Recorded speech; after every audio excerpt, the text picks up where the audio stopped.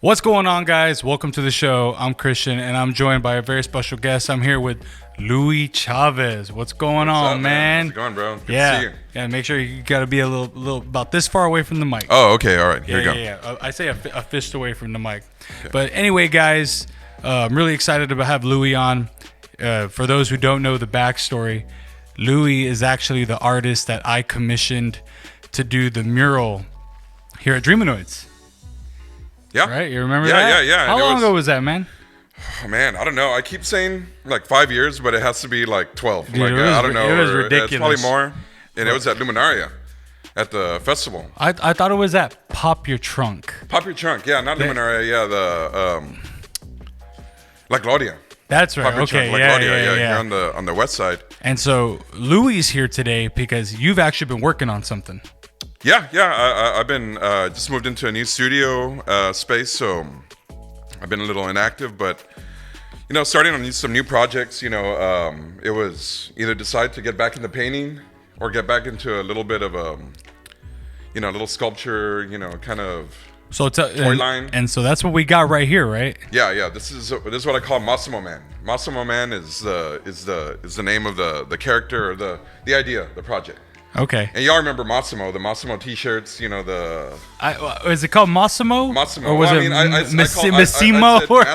Massimo, but, I avoided, saying Massimo, but the logo is obviously, Okay, Massimo, okay. I get that reference now. So, yeah, it's a 90s, thing.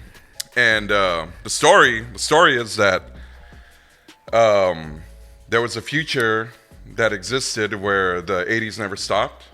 And this guy is sent back into our past to kind of to get it back into that timeline. So you have a whole backstory. I have a whole backstory. So okay, hold on to pick the audience to get them up to speed. So Louie, when I got this building, the studio where we're at today, I envisioned. I guess we'll get into a little bit of controversy, right? Yeah. We'll get into this. Yeah, man. It's an important thing. We're gonna circle all the way back to where we are now, but I think all of it is connected in a weird way. Yeah. Right. I think so. Yeah, for sure. So when I got this building, you can look this up. There was a mural on it. We'll just jump right into it, and the people that initially worked on the mural, the organization, basically gave me the cold shoulder. And I didn't hear anything for 6 months. And it was at that point where I was like, okay, I need to figure out something to do, And so I went to that event that was down the street and I actually talked to this guy. It was your friend, Alejandro. Yeah, but yeah. And he was literally the first artist I saw. So it's not like he was like at the end. Yeah. So he was the first artist, and I was like, hey, man, like, this is how much I didn't care. I just needed something done. You hear that, Alejandro? He doesn't care, man. Oh! See? Oh, not yet. And so anyway, so I talked to Alejandro, and he was like, honestly, man, like, I'm not really into doing like murals or anything like that. But you talk to my friend Louie right here. And so you were set up like a little like right next to him. Yeah, right next to him. Yeah. And you were like already kind of like you're pretty buzzed. Yeah. And I remember that, yeah. I remember I walked up to you and you were like, yeah, man, yeah. Fuck like, yeah. No. Yeah, sure, whatever. And I was like, okay. No. And just to be in good faith, I purchased that from you. You did, yeah. Wow, man. I forgot about that. Damn. Yeah, and because I was like, I don't want this guy to think I'm just like wasting his time. So I got to buy something from him. Well, and when it happens like all the time, me and my buddy were talking about it earlier, how it's like people always tell you, hey, I want to buy something. I was like, dude, it's okay. You could just say you like the work. You don't have to pretend you're going to buy something, So after getting barraged with, like, hey, man, I want to buy this and that. And I was like, thank you. Like, thank you for the enthusiasm, but I'm not holding you to it, so. You've already been given that song. Right, yeah. And then that night too, all night, so it's not even like, it happened last day. I was like, oh, this is awesome. How much? Nah, and I'll come back around. I'll come back after I get like 4 more beers, Yeah, and now that I've been to enough events, even with you, I realize that that's like a very common thing. Like, I love it so much. I'll be back when I talk to my wife or something like that. I get paid this Friday, I'll do it, So I bought that from you, and then I reached out to you again, and we did it, and it pissed a lot of people off. Because I specifically told you do whatever you want. Right? I was like, I don't think I had very much creative input. Well, you had an idea, and you told like just the fact of like your branding and what you told me. I think it was easy because everything you were thinking was exactly what I was thinking. Yes. So it wasn't like there wasn't anything to discuss almost. And you know? because it was like every time I saw your art, I was like, yeah. So it took about 8 months. I don't know if you remember. It took you about 8 months to finish. Yeah, because you did it by brush. Yeah, I was doing it by brush. A lot of people for a long time were like, "Oh, this is cool graffiti." I was like, "There's no graffiti." Yeah, he did it all with all brush. Like no spray paint. You know, so yeah. I was like this. You know? I remember. So this is back when I didn't know much about it, and I remember you showed up with like actual brushes and paint. And I was like, fuck. Hey, Michelangelo. I was like, what did I do? I was like, what is this? Like, they're all little dirty little cups. Okay, I'll be ready in 2 years. Like, and I remember Sistine Chapel. And I remember you did the outline, and I was like, oh my god! Like, I just realized I don't even know this guy. he could draw whatever. And I said he could draw whatever. I was like, man. So anyway, man, and I didn't show it all. So like, good on you. You know, no. Yeah. I literally only felt that for like when I saw the brushes, but then you educated me because you were like mixing them in water and stuff. I was like, the only time I had ever done that is like in kindergarten when you get the water. Yeah, man. I was like, yeah, and you know, with murals, you don't really see them being worked on. You see them done. You know, and then you know, it's almost like graffiti and spray paint is like a performance piece also correct. You know, there's really not an interest in watching me try to like fill in. So what was your art background? I've always done it, you know, in school. I went to school for it. I tried to get my degree in it, and I just never finished because in the middle of school, I was already doing the things that I had been set out to do, you know, that I wanted to do. You know, I was active and I was functioning, you know, and making some money off it and getting some trajectory. So would you say that you don't have a traditional like a fundamental artist background? I know that's like because I do, because I mean I felt better about what I do now because I was educated and I made sure to read up a lot on, you know, history and artists, and so you kind of, you know the rules to break the rules, you know, kind of thing. So like I felt even more, I felt it was funner and even more freeing to do the outlandish stuff that I do, knowing what was out there already, and knowing, you know, and I love it. It wasn't even about like I have to know, like I love reading about artists, and you know, so I felt once I started getting that self-educating myself, you know, in the history of it, I had an even deeper appreciation for it, you know, because before it was like, no, it's all bullshit, you know, it's all like. You talked to me about, I don't know if it was in high school or middle school, how like you learned at one point from a sculptor in Laredo. Yeah, in Laredo. I went to real lucky to go to magnet school there for the arts, and there was a master sculptor, Armando Hinojosa, which all he did was cowboy realistic bronze things, you know. He just did cowboy stuff? It was all cowboy stuff. But I mean, it was realistic, you know. So he taught me the fundamentals of being able to sculpt realistically and cast in bronze. We're casting horses in bronze and stuff. So to like the little monos that they sell. Like the big ones for like the airports, like the Eagles at SeaWorld. Yeah, exactly. Real stuff.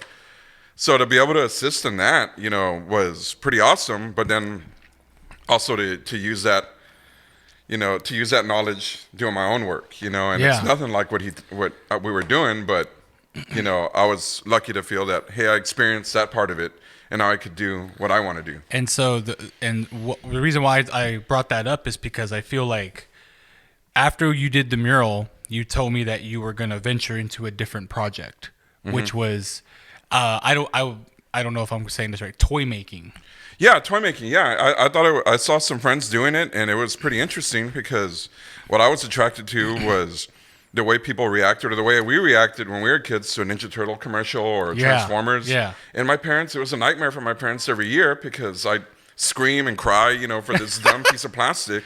And I was like, why did this, what kind of marketing and what kind of branding did this worthless piece of plastic cause so much turmoil during Christmas and addicted us to like wanting it. And so here you are, in a way, sculpting your own stuff now. You know what I mean? So and then also world building. You know, is Yeah. the fun, has been the fun part of it. You know, where I see a lot of my peers and toy makers. You know, they'll come out with a product but not have a world behind it. yeah, So, it's like, look at this thing I made. And it's like, what is that? You're like, you're good at sculpting, but is there a backstory? You know, character. is there, you know, a media blitz on, you know? I actually had, I still do have some of your early sculpture work. And so, you know, now from that mural all the way to now. And so now we're here with Massimo Man, right? Or Massimo Man. Man, yeah. Massimo Man, your new project. And so tell me about it, man. Like what is, you know, what's going on with this? Well, you know, like I was saying earlier, the whole point, he's a traveler from a future that we never got to experience, that never existed. So he's coming to our timeline to correct it, to get back into his timeline. And in his world, their weapons and his gun is powered by the energy of Hulkamania. So that's why there's Hulk Hogan's head is used and siphoned to use his energy projection. So it's like, we gotta have a resurgence, because I feel like I was thinking about it literally actually yesterday, because Christmas is coming up, right? Right. And the kids, I was like you would see that action figure on TV and you would literally go bananas. Right. You'd be like, oh my God. Like I remember at one point, this one was real short-lived. It was called Dragonflies. And you stuck them on the little propeller and you shot them up in the air. yeah. And then, And you could take crash off, it. And I remember that toy specifically because it did exactly what the commercial said. Right. It flew up, Yeah, it yeah, crashed, and it was fun. Right. And now the kids, they want they want video games. Video games, yeah. And I loved video games too, but I felt like I did both. Right. And also, even if you did do both, you got video games probably later. Yes, you know? exactly. So there was a huge part of your childhood that was, you were limited to toys, you know? So they gave you the tools to, you didn't have to make up a game. They were like, hey, here's the rules, here's the game. Right. He-Man's from this world, and he fights this guy. Yeah. So, you know, and then watching some programs and documentaries based off of how these lines came about, how some of them failed by them not gaining enough interest, like not having a potential for a cartoon or marketing more characters. So yeah, when you watch the toys that made us. The toys that made us, yeah. God, I mean, everything the stars had to align. Yeah. And it was so, but it's so funny to me because now I know that when you go to a pitch, right, you probably pitch a video game and they're like, okay, why, is this going to keep kids addicted? Are they going to buy, like, give me your backstory. But back then it was like literally like, hey, we're going to make Ninja Turtles. Yeah. It sure. was like, what? And then you're pitching to these corporate dudes. Yeah, all they see is numbers. I was like, well, what are our numbers on turtles and ninjas? Do they equal out to the numbers we need to make it successful? So I felt dirty when I realized that the only reason why Power Rangers was called Mighty Morphin Power Rangers was to emulate Teenage Mutant Ninja Turtles. Oh, okay. So I was like, have dang. that cadence. It's not. It's, okay. Nothing's original, man. It's right.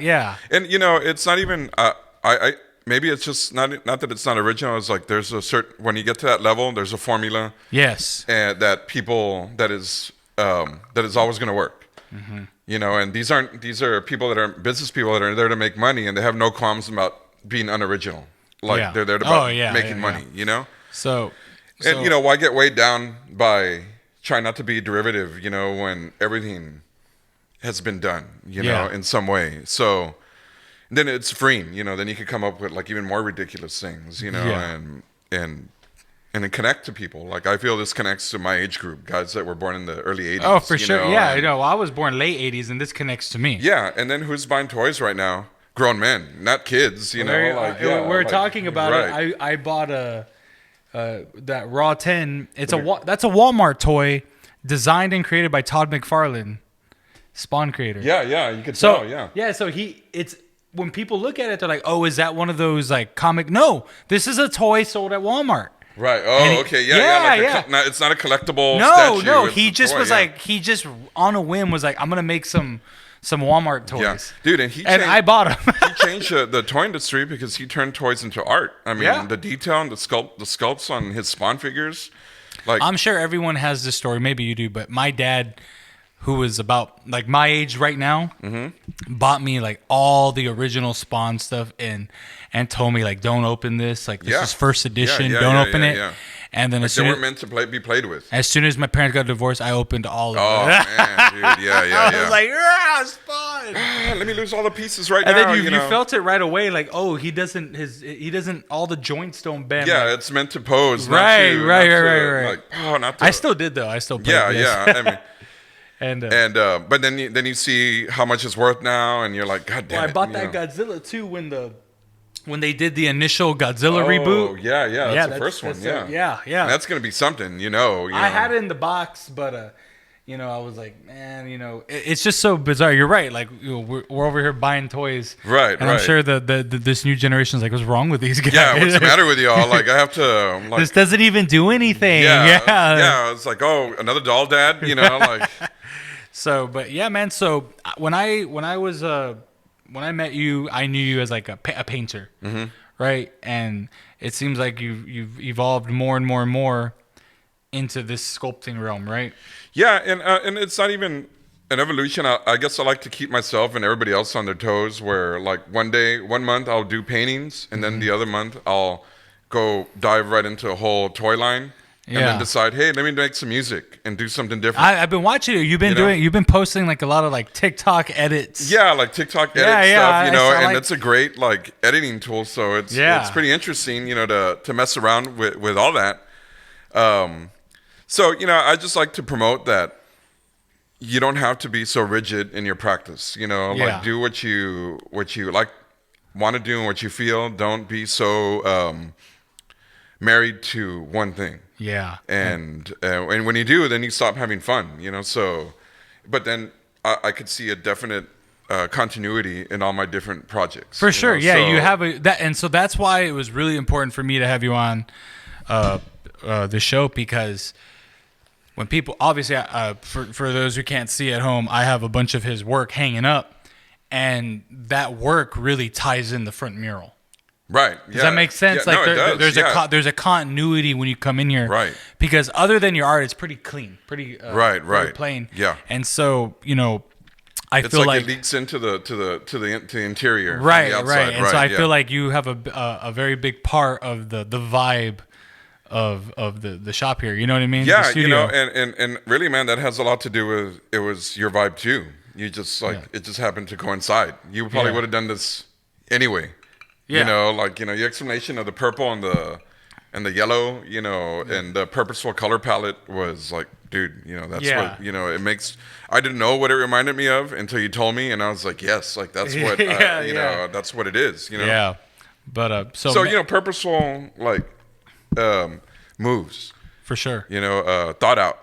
So with Massimo Man, what's the plan for these bad boys? Huh? Are you selling them? Yeah. This is my second run. I did a first run. Oh, okay. And sold out. A short run, of 6. Okay. So these are limited. Limited. These are very limited. So guys, if you want to grab them, I'll post the link in the description below if you want to. Yeah, totally. So it.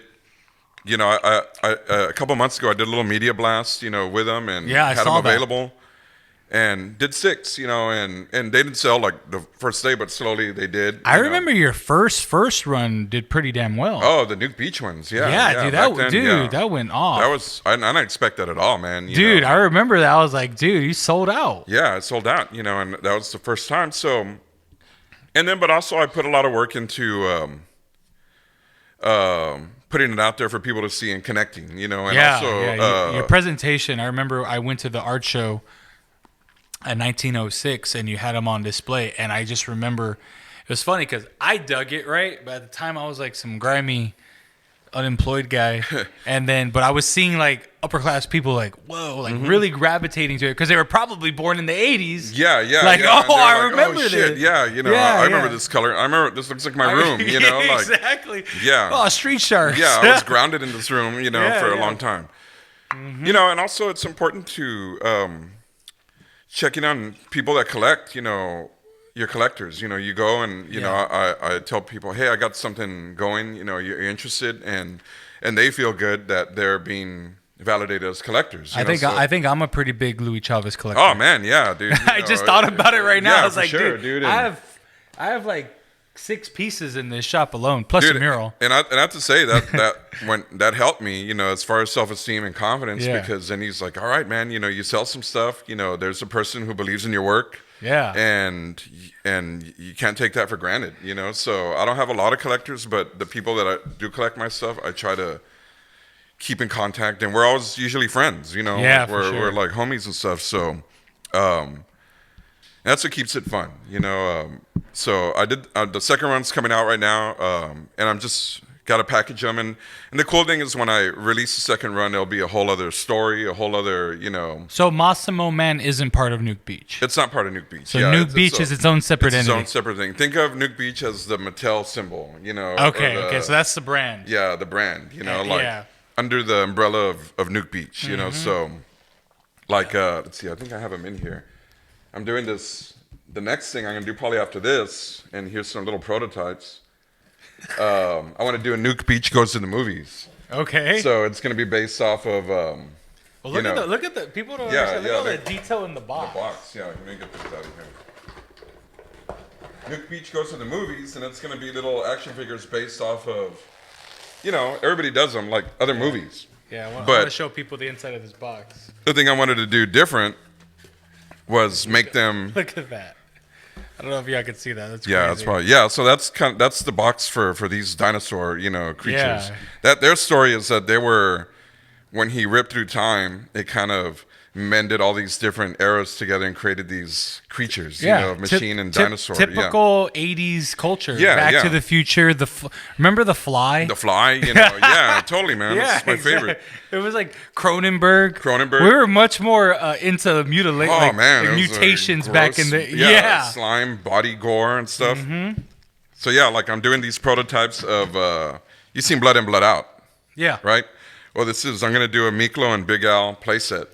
So these are, you remember the Miklo, the main character, and Big Al, that chef that tries to rape him? Yeah. So I want to do these little play sets, but of these really dark. Is this what they look like before you paint them? Yeah. Dark, serious. These are just prototypes. I haven't painted them yet. Yeah, that's cool though. Like these ones, I thought. Yeah. Oh yeah, man, that's really cool. So, Are you still using the same equipment? Yeah. I don't know if you mind me telling people, but you used the mural money to buy that equipment, right?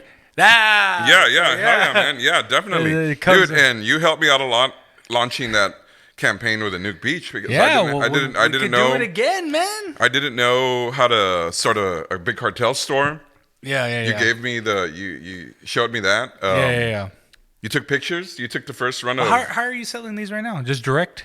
Yeah, just direct. I'm making a store for the second run. Yeah. But the first one I just did direct DM. Well, that's working. So and it was fine, But I understand that people need to maybe some peace of mind and security where you have to hey, they feel more comfortable do the cart. Yeah, the cart do a system. cart and a third party, rather than just some guy or some dude. Hey, here's my Cash App. Venmo me. Just Venmo me. Yeah, PayPal. And then the page is gone. The next day. Exactly. So it's interesting to see how people respond to things certain ways, and what's cool about this, I'll do a series of this, and then maybe next month a whole new character, dude, and that has awesome. Nothing to do with this, and just keep making stories and just keep it interesting. So right now, if any of the viewers wanted to find your stuff, where would they find you? On Instagram, Nuke Beach. At Instagram. Nuke Beach, at right? Nuke Beach, yeah. So just send me a direct email. My inbox isn't flooded where I can't keep up with anything. You gotta keep the honeys under control. Yeah. So just when I can imagine, this has got to be a panty dropper. Oh man, they love dinosaurs or robot heads. They love to see that. Yeah. That's what I tell people. What is that? Yeah. Oh, my son left his toys around here. Yeah. Yeah, it's like, you want to see my shark? Yeah, no. No. I'm leaving. I need one of those walls that just flips and turns around and turns into all my toy collection and just turns into just a regular wall. It's all right. If she hits it on accident, don't tell people how I live. Yeah, right. But It's like the other side of the wall is samurai swords.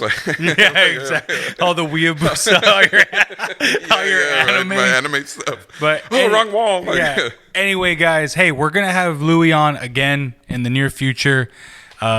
If you haven't subscribed to the channel, make sure you like, comment, subscribe. And Louie, hey, thanks so much for doing this, man. Thank you so much. It's awesome. I knew you had this thing coming out. Wanted to come, give a little chat. But like I said, what's cool about you is you're the gift that keeps on giving, man. You're always working on something. Yeah, man. And really, I know we were planning on do this before, but I really didn't have anything new to present. And it all came together where I was like, yo, man, I have something that I'm working on right now that I think. Then when you showed me the picture of your setup, like visually, I saw it all like coming together. It all came together, I was like, we got to man. do this. Yeah. So, nah, man, it's great. Thank you for having me on. Yeah, man. Well, anyway, guys, hey, check y'all later. Thanks for tuning in. All right.